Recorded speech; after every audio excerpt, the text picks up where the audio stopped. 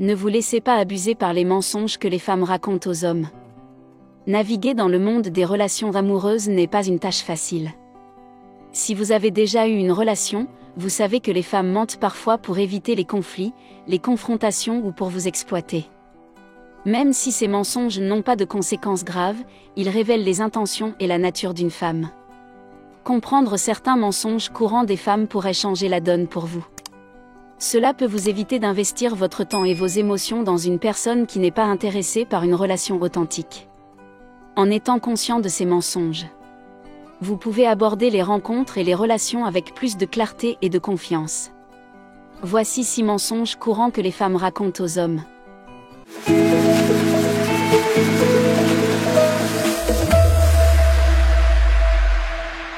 Premièrement, j'ai des projets.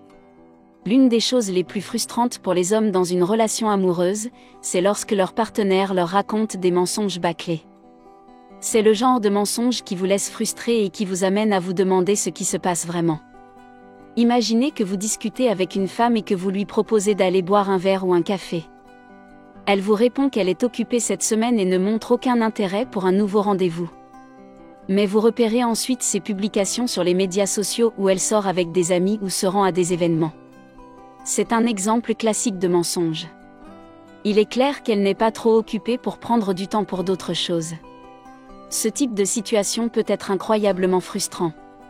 Mais voici ce que vous devriez faire, au lieu de vous laisser abattre, elle n'est peut-être pas aussi intéressée par vous que vous le pensez. Et c'est très bien ainsi. Cessez d'essayer d'organiser des rendez-vous ou des rencontres. Laissez-la plutôt venir à vous et commencez à s'investir dans la relation. N'attendez pas, car il est toujours préférable de s'investir avec des femmes qui apprécient votre temps et votre attention. Deuxièmement, les compliments inutiles. Parfois, vous rencontrerez une situation où une femme vous inondera de compliments, vous donnant l'impression d'être le roi du monde. Elle vous dira des choses comme « tu es incroyable »,« tu es si beau » ou « tu es le meilleur ». Il est facile de laisser son ego se prélasser à la lueur de ces mots flatteurs. Mais il y a souvent plus qu'il n'y paraît. Si ces compliments peuvent sembler sincères, ils peuvent cacher un motif intentionnel. La femme peut avoir quelque chose en tête, comme vouloir un cadeau, une faveur ou un traitement spécial. Elle utilise ces mots doux pour vous amadouer, ce qui vous empêchera de dire non lorsqu'elle vous demandera ce qu'elle veut. Il n'y a rien de mal à ce que quelqu'un se soucie de vous. Mais il arrive que l'on vous fasse des compliments uniquement pour booster votre ego et l'utiliser à d'autres fins. Il est essentiel d'être prudent dans ces situations et de ne pas s'empêtrer dans ces mensonges. Si vous pensez qu'elle utilise les compliments pour vous manipuler, prenez du recul et évaluez la situation.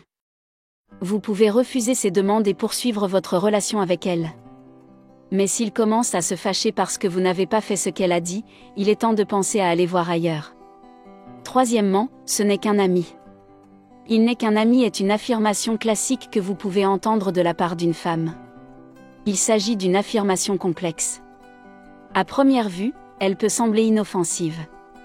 Mais au fond, il s'agit d'un mensonge pur et simple. Cette affirmation peut être un véritable mensonge. Lorsqu'une femme vous dit qu'un homme n'est qu'un ami, il est important d'y regarder de plus près.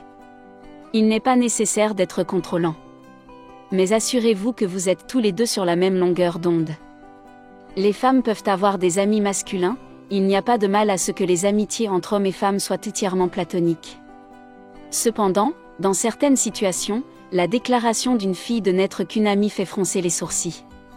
Parfois, les interactions entre elle et ce garçon vont au-delà de l'amitié. Vous pouvez ressentir un niveau inhabituel de proximité ou de connexion qui ressemble davantage à quelque chose d'autre. Dans ce cas, il est tout à fait raisonnable de poser des questions ou de demander des éclaircissements.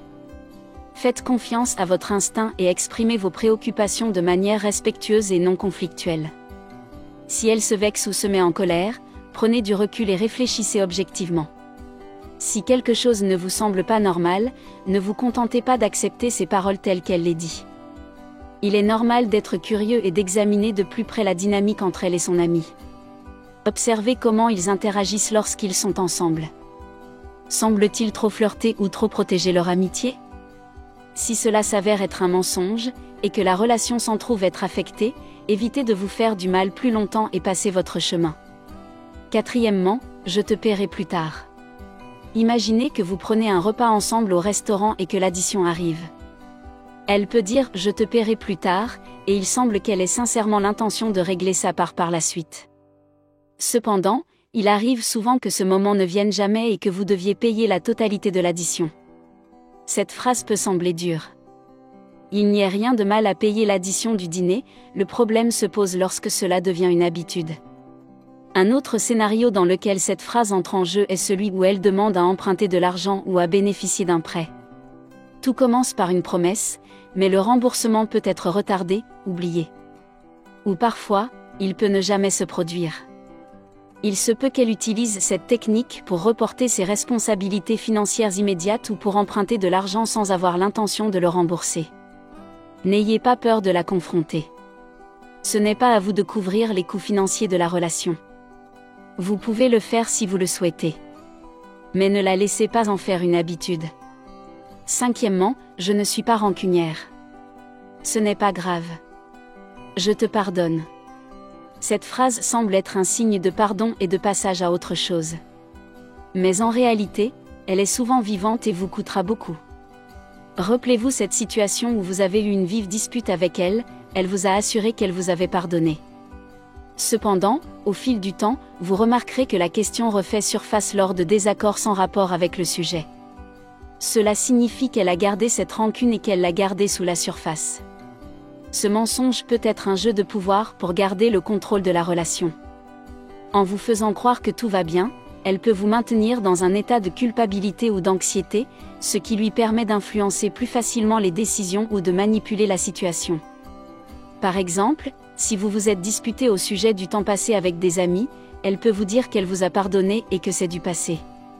Cependant, lorsque vous exprimez votre désir de sortir avec vos amis, elle évoque à nouveau la dispute passée, ce qui vous culpabilise et vous fait hésiter à y aller. Sixièmement, vous méritez quelqu'un de mieux.